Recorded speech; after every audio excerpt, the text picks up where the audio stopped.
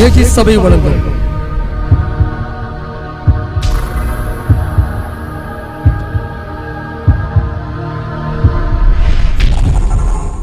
கிருபையும் சத்தியமும்.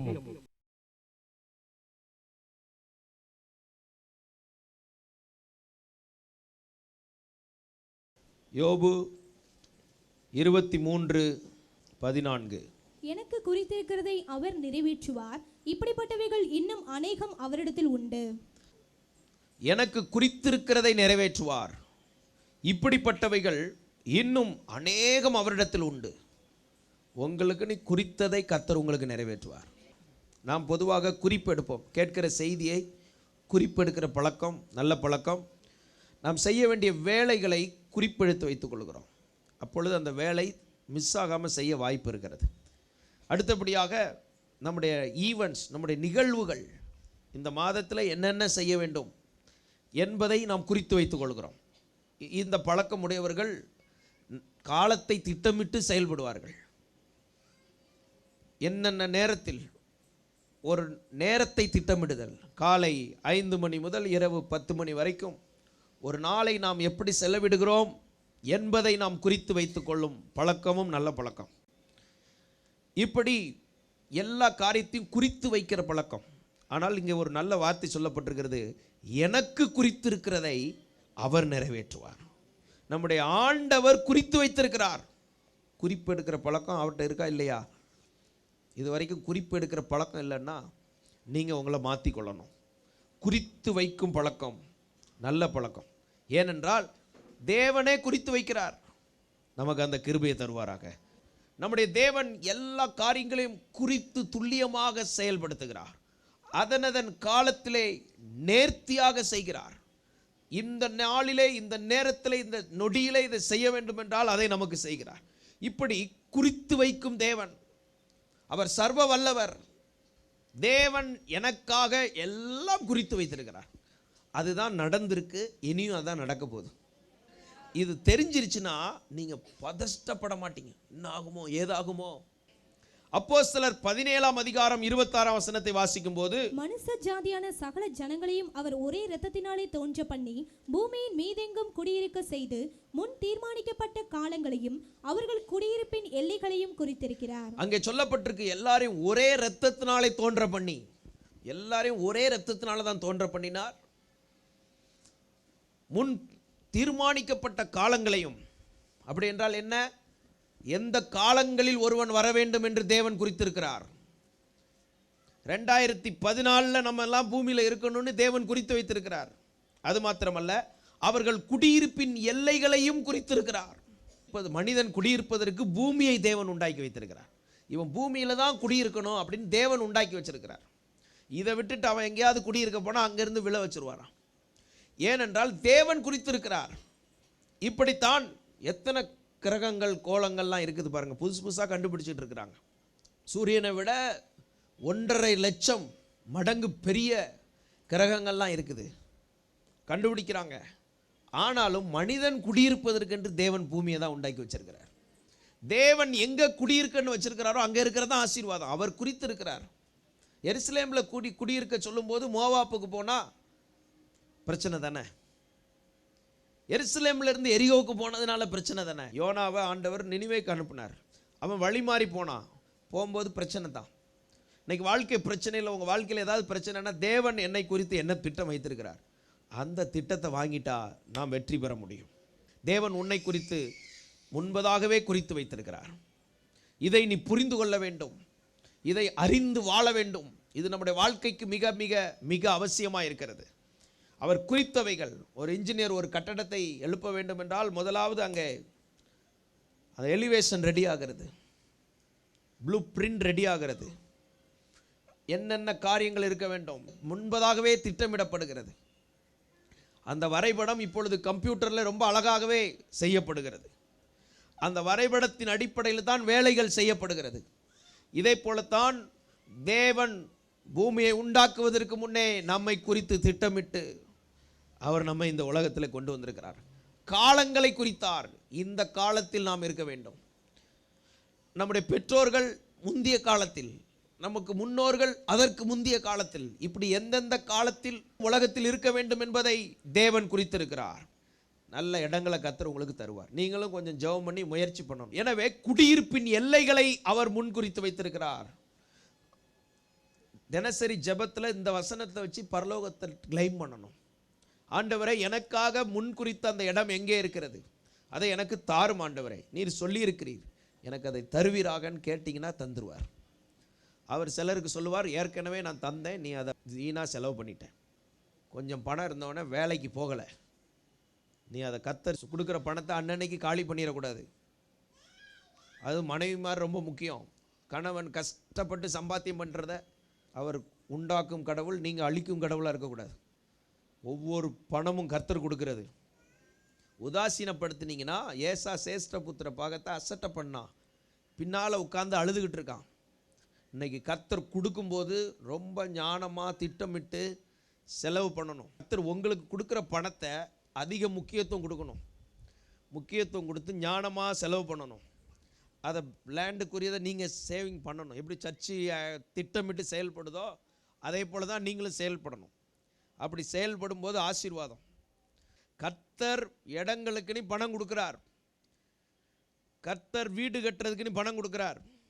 விசுவாசிக்கிறீங்களா? அதெல்லாம் வாங்கணும், அதை விசுவாசத்தோடு பெற்றுக்கொள்ளணும். குறித்திருக்கிறதை நிறைவேற்றுவார். அதே போல தான் சிலர் வாலிபர்களுக்கு சிலர் ஆரம்பத்திலே ஆசீர்வச்சிருவார். ஆரம்பத்தில் ஆசீர்வச்சவொடனே கட்டி காக்காமல் பாதுகாக்காமல் அதை வீணாக செலவு பண்ணிடுவாங்க. பின்னால் இருந்து கஷ்டப்படுவாங்க. ஆதியாகமத்தின் புஸ்தகம் 17ஆம் அதிகாரம் 21ஆம் வசனத்தை வாசிக்கும் போது, வருகிற வருஷத்தில் குறித்த காலத்திலே சாராள் உனக்கு பெறப்போகிற ஈசாக்கோடே நான் என் உடன்படிக்கையை ஏற்படுத்துவேன் என்று. வருகிற வருஷத்திலே குறித்த காலத்தில் சாராள் உனக்கு பெறப்போகிற ஈசாக்கோடே. ஆண்டவர் என்னென்ன யார் யாருக்கு என்ன எத்தனை குழந்தைகள் எப்போ கொடுக்கணும்னு முன்குறித்து வைத்திருக்கிறார். பிரைஸ் தி லார்ட், அல்லேலூயா. சிலர் குழந்தை ஆண்டவர் கொடுக்குற காலத்தில் வேண்டாம் வேண்டான்ட்டு பிறகு சாராள் பாட்டி ஆனதுக்கப்புறம் டாக்டராக தேடி போய் எனக்கு குழந்தை பிறக்கணும்னு இருப்பாங்க. குழந்தைகளை கர்த்தர் கொடுக்குறார். ஆண்டவர் கொடுக்குற பாக்கியங்கள். இந்த வசனத்தை வச்சு, கர்த்தாவே நீர் எனக்கு குறித்த குழந்தைகளை எனக்கு தாங்க, குறித்ததை கர்த்தர் உங்களுக்கு தருவார். அடுத்து, ஏற்கனவே குழந்தை பெற்றெடுத்த பெற்றோர்கள், ஆண்டவர் உங்களுக்கு குறித்த பிள்ளைகளை உங்களுக்கு கொடுத்துருக்கிறார். அதுக்காக நீங்கள் என்ன செய்யணும்? ஆண்டவருக்கு நன்றி சொல்லணும். ரெண்டாவது, வந்து வாச்சிருக்கு பாருன்னு சொல்லக்கூடாது. அவர்களை ஒப்பிடும்போது உங்களை விட அவர்கள் எவ்வளோ பரவாயில்லை. அடுக்கடுத்த குறிப்பு, அவர்களை கர்த்தர் உங்களுக்கு கொடுத்திருக்கிறார் என்பதை புரிந்து கர்த்தருக்கேற்ற சிச்சையில் அவர்களை வளர்க்க வேண்டும். பெற்றோர்கள் கர்த்தர் எனக்கு குறித்த பிள்ளைகளை எனக்கு தந்திருக்கிறார் என்று சொல்லி அவர்களை உங்கள் விருப்பத்திற்கு வளர்க்கக்கூடாது, அவர்கள் விருப்பத்திற்கும் வளர்க்கக்கூடாது. பிள்ளைகளை பெற்றோர்கள் பிள்ளைகள் சம்பந்தப்பட்ட அந்த தவறுகள் என்னன்னா, சில பெற்றோர்கள் பிள்ளைகள் விருப்பத்தை மையமாக வைத்தே வளர்ப்பது. சோத்திரம், அவங்களுக்கு என்னென்ன விருப்பமோ அப்படியே வளர்த்து வளர்த்து பிந்தி அவர்கள் தேவ திட்டத்தை விட்டு விலகி போய்விடுவார்கள். சுய நலவாதிகளாக போயிடுவாங்க. எனவே கர்த்தருக்கேற்ற சிச்சையில் வளர்க்க வேண்டும். வேத பிரமாணத்தின்படி வளர்க்க வேண்டும். பிள்ளைகள் சத்தியத்திலே நடக்கிறார்கள் என்கிற சந்தோஷத்தை விட பெற்றோர்களுக்கு பெரிய ஒரு சந்தோஷம் உலகத்தில் இல்லை. அது மாத்திரமல்ல, நம்முடைய பிள்ளைகளை, பிள்ளையாண்டானை நடக்க வேண்டிய வழியிலே நடத்து. அடுத்து பிள்ளைகளை எப்படி நடத்தணுமா? நடத்த வேண்டிய வழியிலே நடத்த வேண்டும். பெற்றோர்களாகிய நாம் ஒவ்வொருவரும் கர்த்தர் எனக்கு கொடுத்திருக்கிற பிள்ளைகள் என்று சொல்லி நடத்த வேண்டிய வழிகளிலே அவர்களை நடத்தணுமா? பிள்ளைகளை எப்படி வேண்டுமானாலும் நடத்தக்கூடாது. பிள்ளைகள் எப்படி நடக்கணுமோ அப்படித்தான் நடத்தணும். குறித்த காலத்தில் சாராள் உனக்கு பெறப்போகிற ஈசாக்கோடே. முன்னாலே பேரெல்லாம் சொல்லிட்டார் ஆண்டவர். உங்கள் பிள்ளைகளை கர்த்தர் உங்களுக்கு குறித்து இந்த காலத்தில் கொடுத்துருக்கிறார். இதை புரிந்து கர்த்தருக்காக வாழ கர்த்தர் கிருபை தருவாராக. விசுவாசிக்கிறீங்களா? சரி, இப்போ அடுத்து யோசிப்போம். பிள்ளைகள் பக்கம் வருவோம். பிள்ளைகள் என்ன நினைக்கணும்? கர்த்தர் இந்த பெற்றோருக்கு என்னை குறித்து கொடுத்திருக்கிறார். எதுக்கு? உங்களால் உங்கள் பெற்றோர்கள் ஆசீர்வதிக்கப்பட, உங்களை நினச்சி உங்கள் அப்பா அம்மா சந்தோஷப்படணும். ஞானமுள்ள மகன் தகப்பனை சந்தோஷப்படுத்துகிறான். உங்கள் அப்பா அம்மாவை அழ வைக்காதீங்க. சந்தோஷப்படுத்துங்க. ஏற்கனவே அவங்க வாழ்க்கையில் எவ்வளோ வேதனைப்பட்டிருப்பான். என்னமும் பிள்ளைய பெற்றா கண்ணீரா, தென்னையை வச்சா இளநீர் அப்படிங்கிற பழமொழியை மாற்றிட்டு, இல்லை பிள்ளைய பெற்றா ஆனந்த கண்ணீர். நம்ம எல்லாரும் நம்ம தாய் தகப்பனை என்ன செய்ய வைக்கணும்? சந்தோஷப்படுத்தணும். நீங்கள் சந்தோஷப்படுத்துறீங்களோ இல்லையோ, அவங்கள வேதனைப்படுத்தாமல் இருந்தீங்கன்னா சந்தோஷம். ஏனென்றால் இந்த காலத்தில் கர்த்தர் உங்களை உங்கள் பெற்றோருக்கு கொடுத்துருக்கிறார். அடுத்தபடியாக உங்கள் பெற்றோருக்கு நீங்கள் ஆசீர்வாதமாக இருக்கணும். யோசேப்பு தன் பெற்றோருக்கு என்ன செய்தான்? ஆசீர்வாதமாக இருந்தான். பெற்றோருக்கு நீங்கள் ஆசீர்வாதமாக இருக்கணும். பெற்றோருக்கு குளாரி வண்டிகளெல்லாம் அனுப்புனான் அவங்கள அழைச்சிட்டு வர்றதுக்கு. பெற்றோரை கனத்துக்குரிய பாத்திரமாக கூட்டு வந்தான். பெற்றோர்களால் ஆசீர்வதிக்கப்பட்டான். இவன் பெற்றோருக்கு ஆசீர்வாதமாக இருந்தான். எனவே கர்த்தர் என் பெற்றோருக்கு என்னை கொடுத்திருக்கிறார் என்று சொல்லி ஒவ்வொரு பிள்ளைகளும் உங்கள் அப்பா அம்மாவுக்கு ஆசீர்வாதமாக இருக்கணும், ஆறுதலாக இருக்கணும். பர்னபா என்றால் ஆறுதலின் மகன். உடன் பிறந்தவங்களுக்கு நீங்கள் ஆறுதலாக இருக்கணும். உங்களை நினச்சா அவங்க அம்மாவுக்கு ஆறுதல் வந்துடும். ஆறுதலின் மகனாக இருக்கணும். அப்படிலாம் குடும்பத்துக்கு ஆசீர்வாதமாக இருக்கிறோமா? கர்த்தர் குறித்த காலத்தில் கர்த்தர் உன்னை கொண்டு வந்திருக்கிறார். இந்த குடும்பத்துக்கு நீ இருந்தால் தான் அந்த வீடு வளரும். அந்த குடும்பத்தை நீ தான் தலை தூக்கி கொண்டு வர முடியும். அந்த தலைமகனாக இருக்கணுமே தவிர சோத்திரம் விளையாட்டு பிள்ளையாக இருக்கக்கூடாது. குடும்பத்தை தலை நிமிர்த்தி கொண்டு வர வேண்டிய பெரிய பொறுப்பை உங்கள் கையில் கொடுத்துருக்கிறார். இன்னும் 5 வருஷம் பார்ப்பேன், அப்புறம் பாரு எங்கேயாவது முதியோர் இல்லத்தில் கொண்டு விட்டுருவேன் உன்னை. 25 வருஷம் கழித்து நீ முதியோர் ஆகும்போது என்ன செய்வேன்? தாய் தகப்பனை கனம் பண்ணணும், நினைக்கணும். கர்த்தர் உன்னை குறித்து கொண்டு வந்திருக்கிறார். இவன் இப்படி பாதுகாப்பான், இப்படி பராமரிப்பான். குடும்பத்தை பற்றி அக்கறையாக இருக்கணும். வாலிப பிள்ளைகள்லாம் அப்படி தான். திருமணமானவனை என்ன தலையை திருப்பிட்டு போயிடக்கூடாது. அதே போல் திருமணமான நிறைய பேர் உட்கார்ந்துருக்கீங்க. தகப்பனின் தாயும் கனம் பண்ணால் தான் உனக்கு ஆயுசு கூடும். உன் வாழ்நாள் நீடித்திருக்கன்னா என்ன செய்யணும்? உங்கள் அப்பா அம்மாவை கனம் பண்ணணும். மாதம் ஒரு சின்ன உதவி தொகை அனுப்பணும். சரிதானே? அன்னைக்கு அப்புறம் மாதம் உங்கள் தகுதிக்கு தக்க, இல்லைன்னா ஒரு 6 மாதத்துக்கு ஒரு தடவை மொத்தமாக தாய் தகப்பனுக்கு ஒரு உதவி தொகை கொடுக்கணும். அவங்களே பார்த்துக்கிடுவாங்கன்னு இருக்கக்கூடாது. சிலர் 1ஆம் தேதி ஆனால் போய் அப்பாட்ட போய் காசை வாங்கிட்டு வந்துடுறது, மனுஷன் நிம்மதியை கெடுக்கிறதுக்கு. நாளைக்கு உங்கள் பிள்ளைகள் உங்களை கனம் பண்ணும். இந்த கிருபைகளை கர்த்தர் தருவாராக. அவர் உனக்காக குறித்ததை நிறைவேற்றுவார். எந்த இடம் என்பதை குறிக்கிறார். எந்த காலத்திலே நீ குழந்தையாய் பிறக்க வேண்டும் என்பதை குறித்திருக்கிறார்.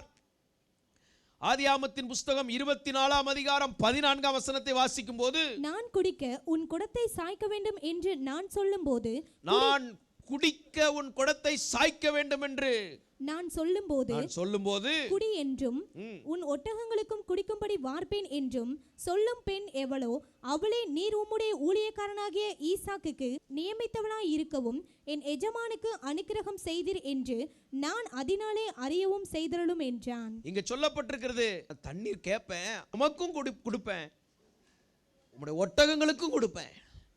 அப்படி சொல்ற பெண் தான் என் எஜமானுக்கு நியமித்தவள். எஜமானுக்கு தேவன் நியமித்திருக்கிறார். கர்த்தர் குறிச்சிருந்தது கிடைச்சிச்சுன்னா உங்க வாழ்க்கை அன்னைக்கு வசந்த காலம் தொடங்கிருச்சுன்னு அர்த்தம். உங்க பிள்ளைகளுக்கு பெண் பார்க்கும்போது, மாப்பிள்ளை பார்க்கும்போது என்ன செய்யணும்? நீங்க கர்த்தர்கிட்ட கேட்கணும், ஆண்டவரே நீர் குறித்ததை எங்களுக்கு காண்பீங்க. இந்த நிகழ்ச்சி, இந்த செய்தியை கேட்குற எல்லாரும் கர்த்தர் குறித்த காரிய திருமணங்கள் தான் உங்கள் வீட்டில் நடக்கணும். அதுதான் ஆசீர்வாதமாக இருக்கும். நம்ம ஒவ்வொருத்தருடைய வாழ்க்கையிலும் தேவன் உன்னை குறித்து வச்சிருப்பார். கர்த்தர் உனக்கு குறித்ததை நிறைவேற்றுவார்.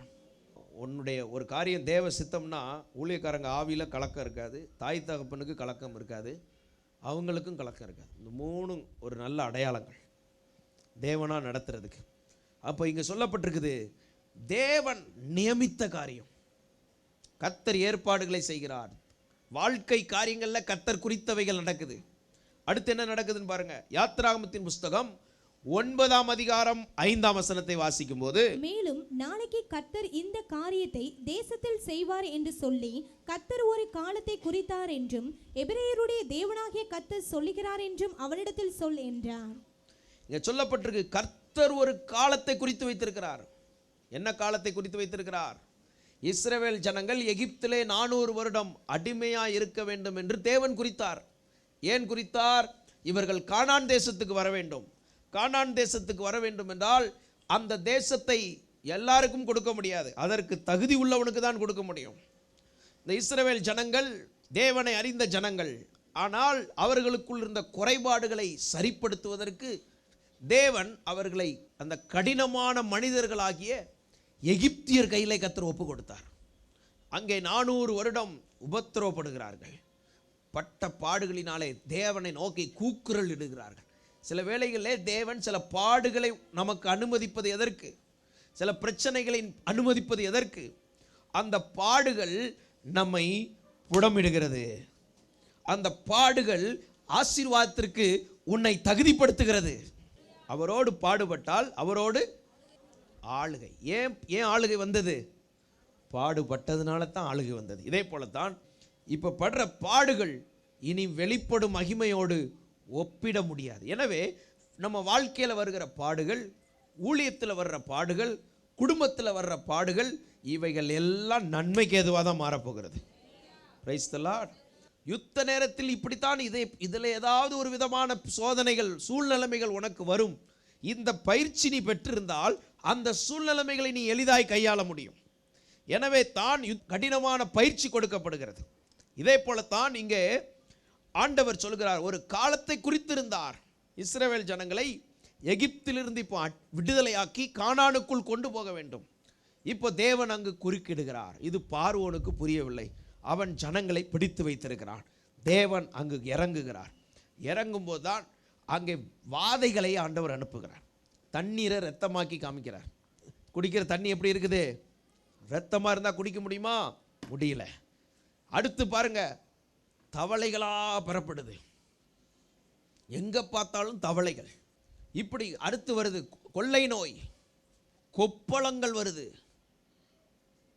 காரிருள், கல்மலை, வெட்டுக்கிளி, தலைப்பிள்ளை சங்காரம். இவ்வளோ வருந்த உடனே எகிப்தில் ஒரு பெரிய கூக்குரல் வந்து, பார்வோன் முதல்ல விடமாட்டேன்னா அவன் தேவ திட்டம் தெரிஞ்சா விட்டுருப்பான். இதே போலத்தான் சில பயிற்சிகள் கொடுக்கப்படும். கர்த்தர் சில இடத்துல கொஞ்ச காலம் உன்னை வச்சு ஒரு காலம் வர்ற வரைக்கும் கர்த்தர் உன்னை ட்ரெயின் பண்ணிக்கிட்டே இருப்பார்.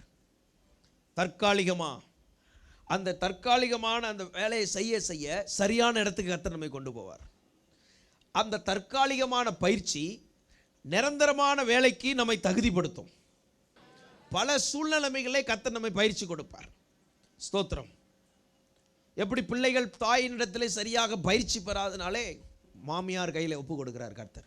எப்படியாவது பயிற்சி பெற வேண்டும், பயிற்சி கொடுப்பார். அதனால தான் நாம் இங்கே பயிற்சி கொடுத்துட்டா நல்ல மாமியார்கள் கர்த்தர் கொடுப்பார்.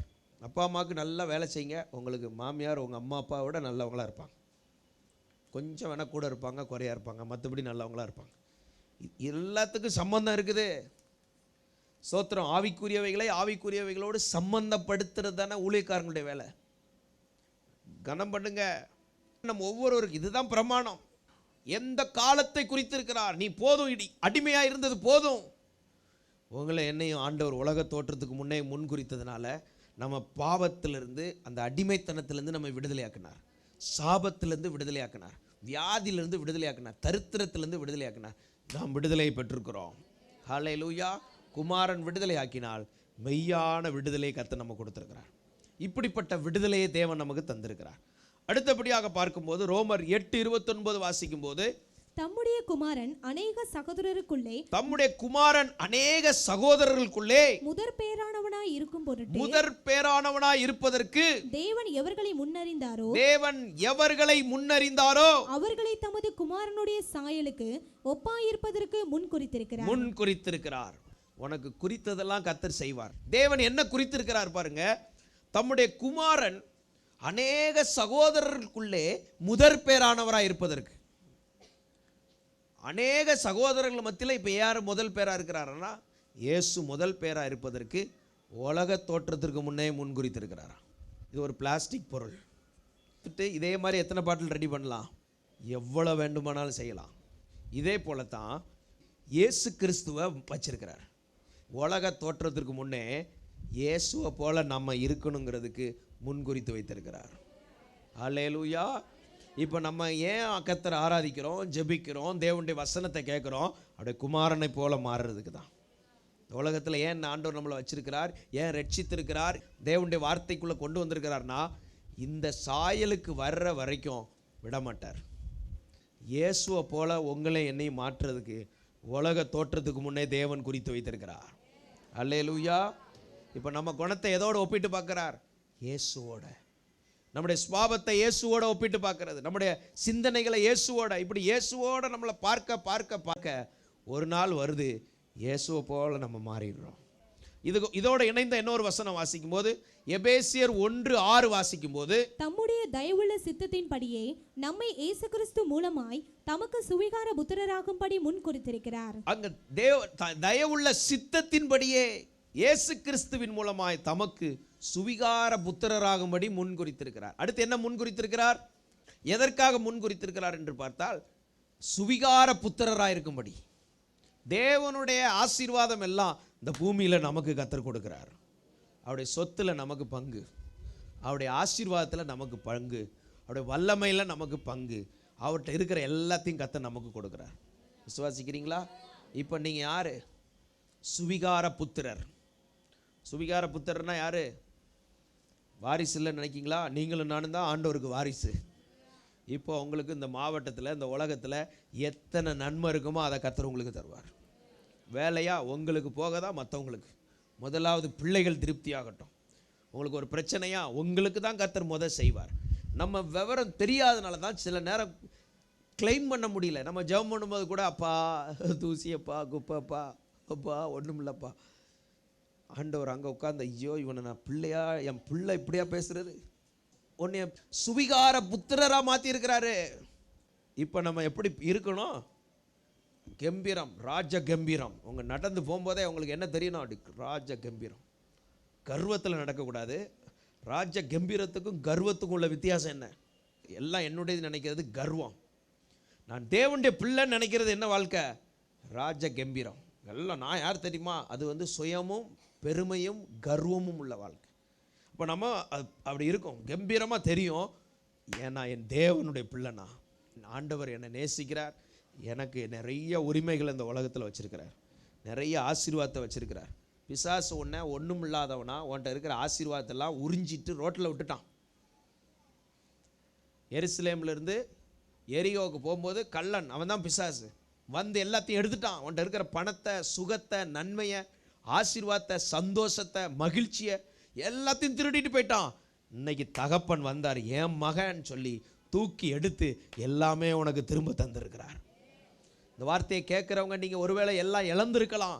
இன்னைக்கு ஆண்டவர் உன்னை சந்தித்து அவருடைய வாரிசா உன்னை தெரிந்தெடுத்து அவருடைய சொத்துக்கள் நன்மைகளுக்கெல்லாம் உன்னை சுவிகார புத்திரனா மாத்துகிறார். நீ ஒன்றுமில்லாதவர்கள் அல்ல, நீங்கள் எல்லாம் உடையவர்கள். கிறிஸ்துவை உடையவர்களாகி நீங்கள் எல்லாம் உடையவர்கள், எல்லா நன்மையும் உடையவர்கள், எல்லா ஆசீர்வாதமும் உடையவர்கள், எல்லா பாக்கியமும் உடையவர்கள். இப்போ அந்த சாத்தான் நம்ம மேல அதிகாரம் பண்ண முடியாது. சாத்தானை வென்றார், அந்த அதிகாரத்தை தந்தார். இப்போ அந்த அதிகாரத்தை வைத்துக்கொண்டு நம்ம என்ன பண்றோம்? இப்போ நம்ம வாழ்க்கை ஆசீர்வதிக்கப்படுது, நம்ம கையிட்டு செய்கிற அது ஆசீர்வாதமாக இருக்குது, நம்ம வாழ்க்கையில் உள்ள தீமைகள் விலகுது, நம்ம அநேகருக்கு ஆசீர்வாதமாக இருக்கிறோம், மற்றவங்களுக்கு கொடுக்கிறவங்களா கர்த்தர் வச்சிடறாரு, மற்றவங்களுக்கு ஆலோசனை கொடுக்குறவங்களா வச்சிடறாரு, மற்றவங்களுக்கு புத்தி சொல்கிறவங்களா வச்சிடறாரு, அநேகரை தூக்கி எடுக்கிறவங்களா வச்சிடறாரு. இப்போ நம்ம தேவன் உயர்த்தி வைக்கிறார், ராஜ பரம்பரையாக ஆண்டவர் உயர்த்தி இருக்கிறார். பிதாவாகி தேவனுக்கு முன்பாக நம்ம ராஜாக்களாக இருக்கிறோம். அவருக்கு முன்னால் ராஜாவாக இருந்து இந்த உலகத்தை ஆளுகை செய்கிற இடத்துக்கு கர்த்தர் கொண்டு வந்துடுறார். சூழ்நிலைமைகளை ஆளுகை. அதனால தான் ஆண்டவர் ஏன் சொல்றார், இறையாதே, அமைதியாயிரு. இன்னைக்கு ஏதாவது இறைச்சல் வந்துச்சுன்னா, ஏதாவது கொந்தளிப்பு இருந்துச்சுன்னா நீங்கள் என்ன செய்யணும்? ஜெபம் பண்ணக்கூடாது, சூழ்நிலைமையோடு பேசணும். நீங்கள் நினைக்கும் போதே பதில் வந்துடும். ஏன்னா இருதயத்தில் சொல் பிறவாததுக்கு முன்னாலே பிதாவாகி தேவனுக்கு தெரியும். அதனால் எந்த பிரச்சனை இருந்தாலும் உடனே ஆண்டவரே அப்படின்ட்டா போதும். சத்துரு எங்கிட்டாவது நுழைஞ்சிருவான் சில நேரம், ஆண்டவரே. சிலருக்குள்ள விஷத்தை கழுப்பி வச்சிருவான், ஆண்டவரே. பிசாசு சிலருக்குள்ள விஷத்தை விதைக்கிறான், அந்த விஷமெல்லாம் வெளியேற வருவதாக இயேசு நாமத்தில். இன்னைக்கு உங்கள் வாழ்க்கையில் ஏதாவது பிசாசு விஷத்தை விதைச்சிருந்தா இன்னைக்கு இயேசு அதை வெளியெடுத்து, அதனால தான் பிசாசை துரத்தின உடனே நுர தள்ளுறான், நுர தள்ளி சுகமாகறான், விஷமெல்லாம் வெளியே வருது. இந்த வார்த்தையை கேட்கும் போதே உங்களுக்குள்ள சத்துரு ஏதாவது விஷத்தை வச்சிருந்தா அதெல்லாம் வெளியே வந்துடும். இயேசு விடுவிக்கிறார். நீ தேவனுடைய சுதந்திரமான நபர், தேவனுடைய பிள்ளை. நீ புத்திர சுவிகாரத்தை கர்த்தர் உனக்கு கொடுத்திருக்கிறார். நீ சாத்தாம் பிள்ளை மாதிரி யோசிக்க கூடாது, நீ உலக பிள்ளை மாதிரி யோசிக்க கூடாது. நீ தேவனுடைய பிள்ளை. அந்த தைரியத்தில் அதிகாரத்தில் வாழ கர்த்தர் உதவி செய்வார். விசுவாசிக்கிறீங்களா? அடுத்தபடியாக மத்தேயு 28:16. 11 சீஷர்களும் கலிலேயாவிலே இயேசு தங்களுக்கு குறித்திருந்த மலைக்கு போனார்கள். இயேசு தங்களுக்கு குறித்திருந்த மலைக்கு போனார்கள். 11 பேர் இந்த மலைக்கு வந்துருங்கப்பா. இயேசு குறித்த மலைக்கு வந்த உடனே அவர் அங்கே அவர்களோட பேசுகிறார். நம்ம எப்படி தேவனை தரிசிப்பது, எங்கே கர்த்தரை ஆராதிப்பது, எப்படி வசனத்தை கேட்பது, இதை கூட கர்த்தர் குறித்து வைத்திருக்கிறார். 11 பேர் இங்கே வந்துருங்க. கர்த்தர் குறித்த மலை. அன்னைக்குள்ள சர்ச்சில் எத்தனை பேர் தான் இருக்காங்க? 11 பேர். இந்த 11 பேரும் தான் அடுத்த கூட்டத்தை ரெடி பண்ணுறாங்க. 120 மாறுது. அடுத்த கூட்டத்தை ரெடி பண்ணுறாங்க, 3000 மாறுது. அடுத்த கூட்டத்தை ரெடி பண்ணுறாங்க, 5000 மாறுது, 7000 மாறுது. அதுக்கப்புறம் யாரால என்ன முடியல, தொகை கடங்காததாக மாறிடுச்சு. கர்த்தர் குறித்த இடத்துல உபவாசம் பண்ணி ஜெபம் பண்ணணும். ஆராதனைக்கு வந்தால் மட்டும் போதாது, உபவாச ஜெபங்களுக்கு வரணும், அடுத்த பயிற்சிகளுக்கு வரணும். கர்த்தர் குறித்து வைத்திருக்கிறார். நீங்கள் இங்கே ஆராதனைக்கு வரணும்னு தேவன் குறித்து வைத்திருக்கிறார். இந்த குறிப்பு தெரியாமல் நம்ம நினச்சா வர்றது, நினைக்கலன்னா வரல அப்படின்னா சரி கிடையாது. கர்த்தர் இதை குறித்து வைத்திருக்கிறார். ஆண்டவர் என்னை குறித்து வைத்திருக்கிறார் நினச்சிங்கன்னா நீங்கள் அதுக்கு தக்க கரெக்டாக நடப்பீங்க. கடைசியா ஒரு வசனம், அப்போஸ்தலர் 17:31. மேலும் ஒரு நாளை குறித்திருக்கிறார், ஒரு நாளை குறித்திருக்கிறார், அதிலே அவர் தாம் நியமித்த மனுஷனை கொண்டு பூலோகத்தை நீதியாய் நியாயம் தீர்ப்பார். நீதியாய் நியாயம் தீர்ப்பார். போதும். அடுத்து ஒரு நாளை குறித்திருக்கிறார். எதுக்காக? நியாய தீர்ப்புக்குன்னு ஒரு நாளை குறித்து வச்சிருக்கார். அன்னைக்கு ஒவ்வொருவரும் தனித்தனியாக நிற்கணும் ஆண்டவர்கிட்ட. பாஸ்டர் பேச முடியாது, அம்மா அப்பா பேச முடியாது, வேற யாரும் உதவி செய்ய முடியாது. நீ தனித்து தேவனை பார்க்கணும். நியாய தீர்ப்பின் நாள். தேவனுக்கு முன்னால் போய் நின்ன உடனே நம்ம செஞ்ச நிகழ்வுகள் எல்லாம் அங்கே நிற்கும். நியாய தீர்ப்பின் நாள். அதனால தான் இன்றைக்கி சபை உங்களை உற்சாகப்படுத்துது. நீங்கள் நல்லது செய்யணும், மற்றவங்களுக்கு நன்மையை அறிவிக்கணும், ரட்சிப்பை அறிவிக்கணும், மற்றவங்களுடைய பாரங்களை நம்ம சுமக்கணும், வியாதிகளுக்காக ஜெபம் பண்ணணும், பிரச்சனைகளுக்காக ஜெபம் பண்ணணும். இதெல்லாம் அன்னைக்கு நிற்கும்போது கிரீடத்தை கர்த்தர் தந்து கனப்படுத்துவார். ஆனால் ஒன்றும் செயல்படலைன்னா கர்த்தர் நியாய தீர்ப்பின் நாள்னு ஒன்று இருக்குது. இது வரைக்கும் மனம் திரும்பாதவங்க இருந்தால் இயேசுகிட்ட பாவ மன்னிப்பு கேட்கணும். நியாய தீர்ப்பின் நாளில் நீ ஆண்டவரை நேராக சந்திக்கணும். தேவனை நீ சந்திக்கும் போது உனக்கு யாரும் கூட நிற்க மாட்டாங்க. அன்றைக்கு நீ நிற்கிறதுக்கு தைரியம் வேணும்னா இயேசுவினிடத்தில் உன் பாவங்களை அறிக்கை செய்து பாவ மன்னிப்பு நிச்சயம் பெற்றிருக்கணும். ரட்சிப்பின் வாழ்க்கை வாழ்ந்து ஆவிக்குரிய சபையில் ஐக்கியமாக இருக்கணும். ஆவிக்குரிய சபையில் ஐக்கியமாக இருந்து அங்கே சொல்லப்படுகிற சில பொறுப்புகளை சுமந்து நீ தேவனுக்காக வாழ்ந்து சத்தியத்தின்படி நடக்கும்போது, பரிசுத்தாவின் வல்லமையை பெற்றுக்கொள்ளும் போது, தண்ணீரில் மூழ்கி ஞானஸ்நானம் எடுத்த வாழ்க்கை வாழும்போது, கர்த்தருக்காக நிற்கும்போது உன்னை கனப்படுத்தி மேன்மைப்படுத்துவார். அல்லேலூயா. ஆனால் அன்னைக்கு பயப்படுகிறவர்களும், அருவருப்பானவர்களும், கொலைபாதகரும், விபச்சாரக்காரரும், சூனியக்காரரும், விக்கிரக ஆராதனைக்காரர், பொய்யர் அனைவரும் 2ஆம் மரணமாகிய அக்கினியும் கந்தகம் எரிகிற கடலிலே பங்கடைவார்கள். இன்னைக்கு ஆண்டவர் நமக்கு இந்த கிருபையின் காலத்தை வைத்திருக்கிறார். உன்னை அழைக்கிறார். நம்ம எல்லாரும் கர்த்தரை நோக்கி பார்ப்போம். நீ தந்த நல்ல வார்த்தைக்காய் ஸ்தோத்திரம். எங்களுக்கு குறித்தவைகளை நிறைவேற்றுவேன், இன்னும் அநேகம் இருக்கிறது என்று உடைய வசனத்தை கொண்டு தெளிவுபடுத்தினதுக்காய் நன்றி. நீர் குறித்தவைகளை புரிந்து கொண்டு நாங்கள் வாழ உதவி செய்யும். இப்படி ஒரு காரியம் இருக்கிறது என்பதை அறியாமலே வாழ்ந்து கொண்டிருக்கிறவர்கள் இன்றைக்கு அவர்கள் மாற்றம் அடைவார்களாக. நீர் குறித்து வைத்திருக்கிறீர். அதை பெற்றுக்கொண்டு வாழ, மனநிறைவோடு வாழ, ஆசீர்வாதமாய் வாழ உதவி செய்யும். எல்லா தடைகளையும் நுகங்களையும் உடைத்து போடும். இந்த வார்த்தைகளை கேட்ட ஒவ்வொருவரையும் ஆசீர்வதியும், ஒவ்வொரு குடும்பங்களையும் ஆசீர்வதியும். தன் போக்கிலே போகாதபடி தேவன் எனக்காக குறித்து வைத்திருக்கிறார், அதை அறிந்து நான் வாழ வேண்டும் என்கிற விழிப்புணர்வை தருவீராக. உமக்கே மகிமை உண்டாகட்டும். இயேசுவின் நாமத்தில் பிதாவே, ஆமேன், ஆமேன், ஆமேன். இந்த நிகழ்ச்சி உங்களுக்கு மிகுந்த ஆசீர்வாதமாக இருந்திருக்கும் என்று நம்புகிறோம். இந்த நிகழ்ச்சியின் மூலம் நீங்கள் பெற்றுக்கொண்ட ஆசீர்வாதங்களை எங்களோட தொலைபேசியின் மூலம் பகிர்ந்து கொள்ள மறவாதிருங்கள். பிறருக்கும் இந்த நிகழ்ச்சியை அறிமுகப்படுத்துங்கள். மேலும் இந்நிகழ்ச்சி வெளிவர ஜெபித்த, உழைத்த, கொடுத்த பங்குதாரர்கள் ஒவ்வொருவரையும் தேவன் தாமே ஆசீர்வதிப்பாராக. நீங்களும் எங்களோடு இணைந்து இவ்வூழியத்தின் பங்குதாரராக மாற விரும்பினால் கீழ்காணும் தொலைபேசி எண்களில் எங்களோடு தொடர்பு கொள்ளவும். எங்கள் முகவரி: ராக் சிட்டி ஏஜி சபை, ஹோட்டல் மாயாஸ், சத்திரம் பேருந்து நிலையம் அருகில், திருச்சி 2.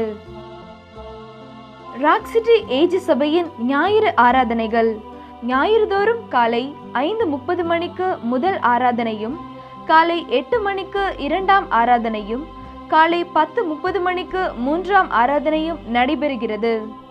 ராக் சிட்டி ஏஜி சபையில் நடைபெறும் ஆராதனைகளில் நீங்கள் உங்கள் குடும்பத்தார் மற்றும் நண்பர்களுடன் கலந்து கொண்டு தேவனுடைய ஆசீர்வாதத்தை பெற்றுக்கொள்ள உங்களை அன்புடன் அழைக்கின்றோம்.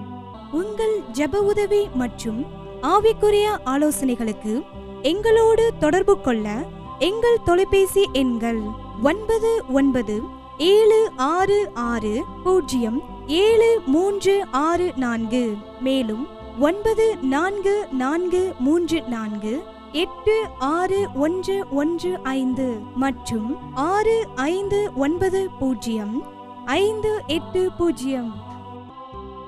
எங்களது இணையதள முகவரி www.rockcityag.com. எங்களது மின்னஞ்சல் முகவரி rockcityag@gmail.com.